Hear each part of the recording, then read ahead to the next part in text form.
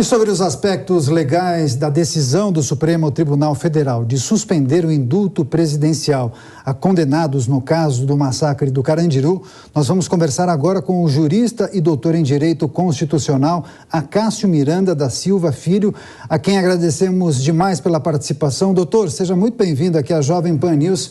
Boa noite. Boa noite, Daniel. Boa noite, Lívia. É sempre um prazer falar com vocês e com aqueles que nos acompanham. Pois é, doutor, um caso emblemático, né, de muitas reviravoltas.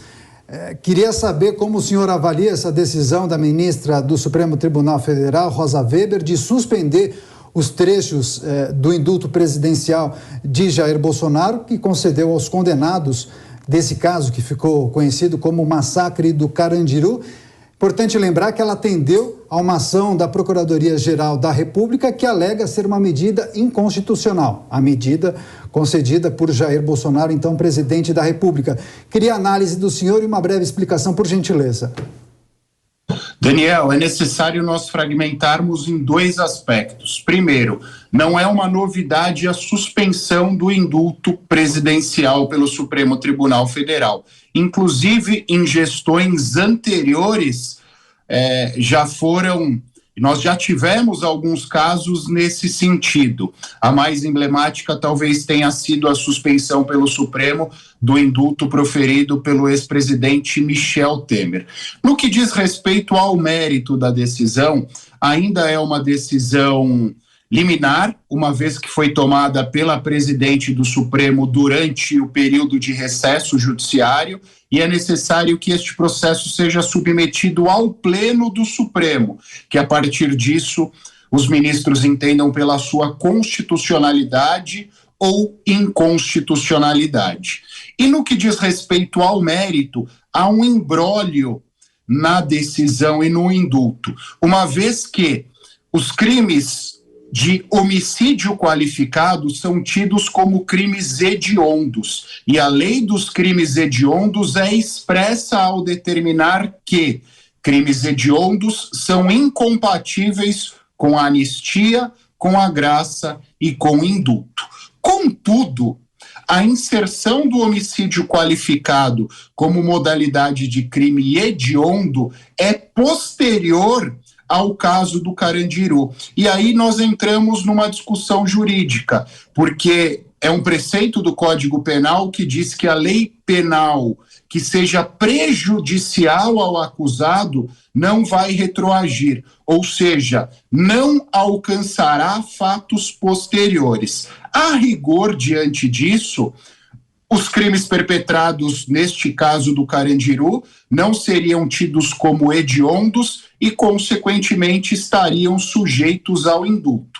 Mas o mérito da ação proposta pela Procuradoria-Geral da República leva em consideração também princípios inerentes aos direitos humanos, como é o caso da dignidade da pessoa humana, que foi afrontada no caso do Carandiru, e também as relações e as sanções que o Brasil já sofreu em virtude do caso do Carandiru. Então, da forma mais resumida possível, são essas as circunstâncias que nós temos em relação a esta ação. Mas qual das argumentações lhe cai melhor, doutor? A gente tem, de um lado, como o senhor muito bem explicou, a posição da Procuradoria-Geral da República, que foi acatada, acolhida pela ministra Rosa Weber, presidente do STF, e tem essa argumentação do antigo governo, do governo anterior, defendendo esse decreto de indulto natalino que atingiria, segundo essas determinações, esses agentes de segurança pública que participaram, que estariam envolvidos no massacre do Carandiru. Para o senhor, na sua análise, com base nessas explicações, esse decreto é constitucional ou inconstitucional? Eu vejo como inconstitucional sob o prisma dos princípios utilizados na ação da Procuradoria-Geral da República. Nós já sofremos, inclusive, sanções da Organização dos Estados Americanos e da Comissão Interamericana de Direitos Humanos por conta do lapso temporal para o julgamento dos crimes inerentes ao Carandiru.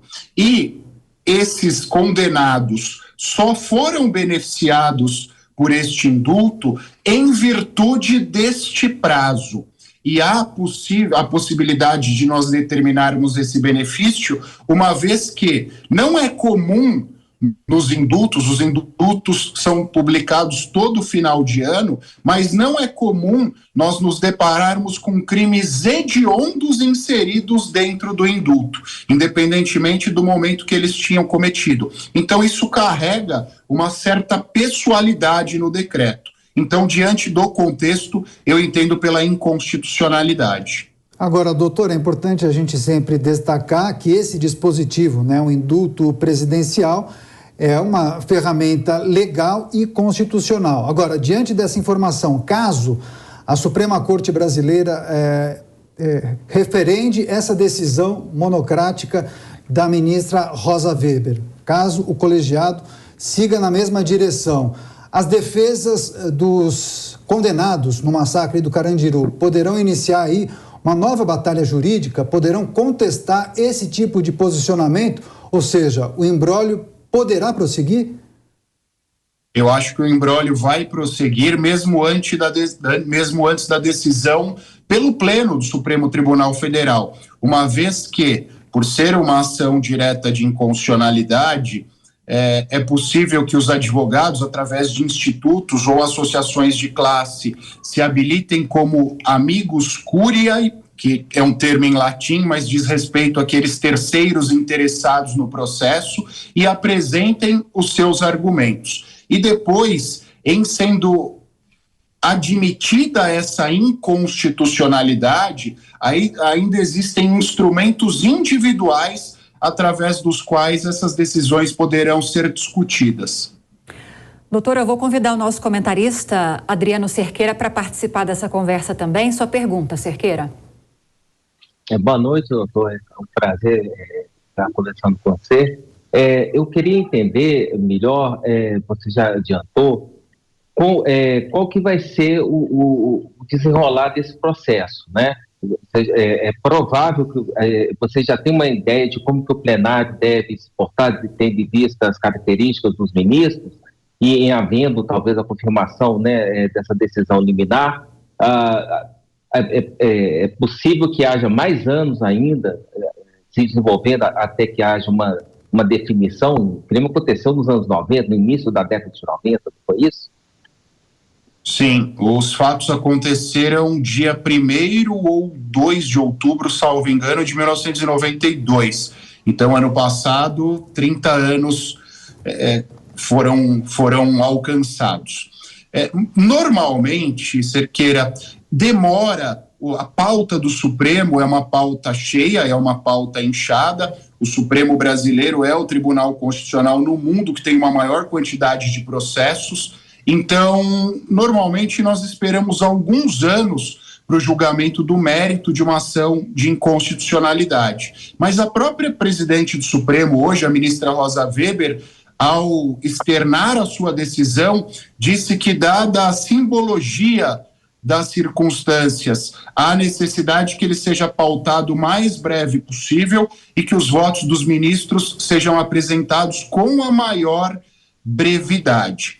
No que diz respeito a um possível resultado, se nós estivéssemos tratando de outros assuntos, seria mais fácil nós determinarmos uma tendência de cada um dos ministros. Mas quando o tema envolve segurança pública e a própria população é dividida em relação a isso, se nós fizéssemos uma pesquisa, e quando da realização dos julgamentos aqui em São Paulo, nós acompanhamos bastante isso, existe uma parcela considerável que acha que eles não devem ser condenados, e existe também uma parcela que entende pela condenação.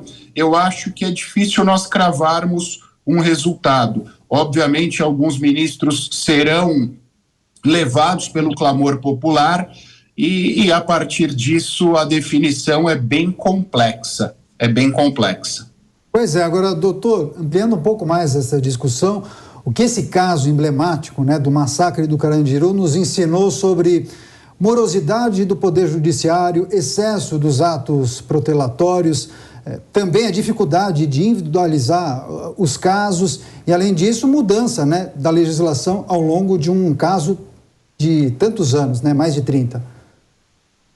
Eu acho que essa morosidade é inerente ao Poder Judiciário. Obviamente, quando nós temos casos mais emblemáticos, essas circunstâncias ficam mais evidentes à população como um todo, e não só aqueles que atuam no dia a dia do Poder Judiciário. Óbvio, existem circunstâncias onde essa morosidade, esse excesso de atos, até uma maior preocupação com a prática e as formalidades dos atos judiciais são necessários. Mas também existem circunstâncias, e eu acho que esses 30 anos são emblemáticos, onde fica difícil nós justificarmos.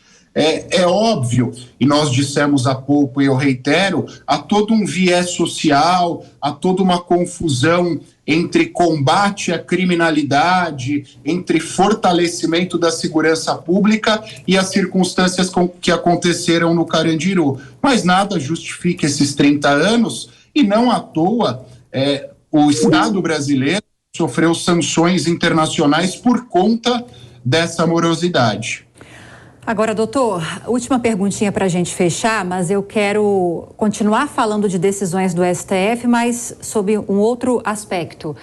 Hoje, a respeito de uma decisão de hoje do ministro Gilmar Mendes, atendendo a um pedido que foi feito pela Defensoria Pública do Distrito Federal a respeito dos desdobramentos e das investigações dos ataques aos 3 poderes em Brasília no dia 8 de janeiro.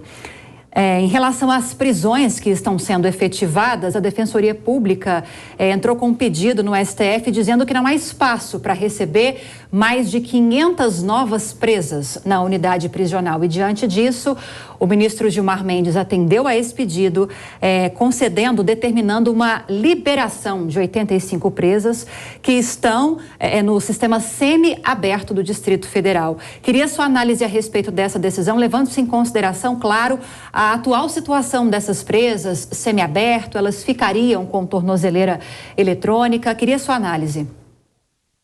São 2 aspectos, Lívia. Primeiro, por conta da atuação do Poder Judiciário e principalmente das secretarias de Segurança Pública e de secretarias de Administração Penitenciária, uma confusão entre o que seja o regime aberto, semiaberto e fechado.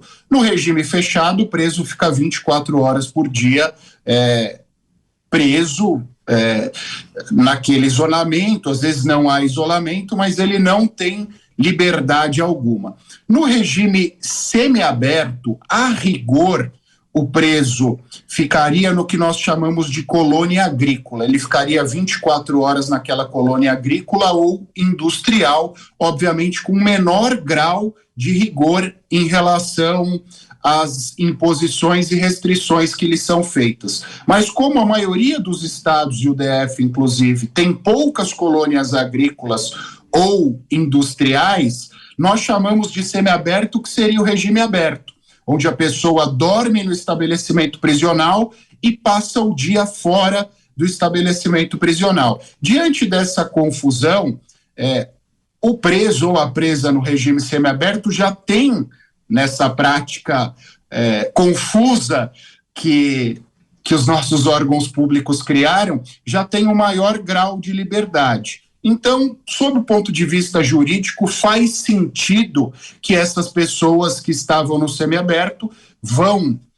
rumem para o regime aberto com o uso de tornozeleira e com a imposição de outras restrições, como comparecimento ao poder periódico, ao Poder Judiciário e assim sucessivamente. Agora, apesar da tragicidade dos ataques do dia 8 de janeiro, também é importante nós lembrarmos que no nosso sistema jurídico, a liberdade é a regra, a prisão é a exceção. Eu não acredito que essas 500 mulheres que estão sendo inseridas nesse sistema tenham contra si provas robustas acerca do cometimento dos crimes no dia 8, e também não acho que não seja possível que elas sejam postas em liberdade, inclusive com o uso de tornozeleira, inclusive com a imposição de outras restrições. É um pouco do que a gente vive no dia a dia jurídico. Casos emblemáticos, casos que são amplamente divulgados pela mídia, têm um tratamento jurídico diferente, por vezes mais restritivo, mais contundente, por vezes menos restritivo.